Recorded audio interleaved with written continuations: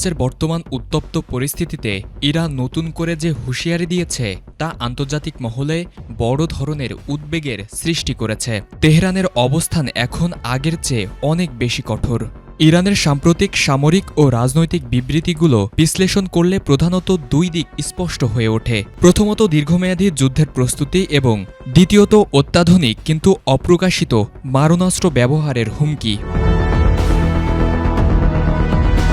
অন্যদিকে মার্কিন president Donald Trump দাবি করেছেন, ইরানকে এমনভাবে ধ্বংস করা হচ্ছে যা বিশ্ব আগে কখনো দেখেনি। ট্রাম্পের মতে ইরানের বিমান বাহিনী ও বিমান প্রতিরক্ষা ব্যবস্থা এখন সম্পূর্ণ অকেজো।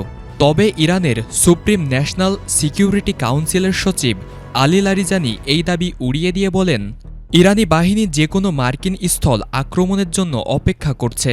তিনি বলেন, হাজার হাজার মার্কিন সেনাকে হত্যা ও বন্দী করে তারা দুর্নীতিগ্রস্ত মার্কিন কর্মকর্তাদের চরমভাবে অপমানিত করবেন।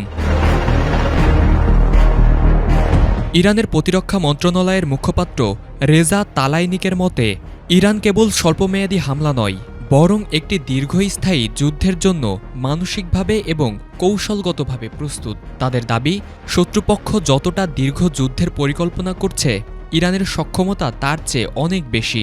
ইরান মূলত তাদের প্রতিরোধের অর্থনীতি এবং নিজস্ব প্রযুক্তির তৈরি অস্ত্রভাণ্ডারের ওপর ভর করেই এই আত্মবিশ্বাস দেখাচ্ছে। বিশ্লেষকদের মতে, ইরানের কৌশল হল শুরুতেই সব শক্তি প্রদর্শন না করা। তারা ধাপে ধাপে পরিস্থিতির গুরুত্ব বুঝে আক্রমণের তীব্রতা বাড়াতে চায়।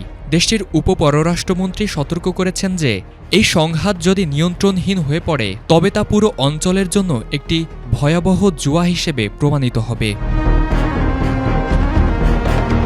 বর্তমানে এই পরিস্থিতি কেবল দ্বিপাক্ষিক লড়াইয়ে সীমাবদ্ধ নেই, বরং একটি পূর্ণাঙ্গ আঞ্চলিক যুদ্ধে রূপ নিয়েছে। ইরানের এই কঠোর অবস্থান বিশ্ববাজারে তেলের দাম এবং ভূরাজনৈতিক স্থিতিশীলতার ওপর বড় প্রভাব ফেলছে। সব মিলিয়ে ইরান স্পষ্ট করে দিয়েছে যে তারা কোনো চাপের মুখেই নত স্বীকার করবে না, বরং প্রয়োজনে চরম আঘাত হানতে তাদের গোপন অস্ত্রগুলো ব্যবহারের শেষ সীমা পর্যন্ত যাবে। ফরিদুল ইসলাম ইমন, এটিএন বাংলা।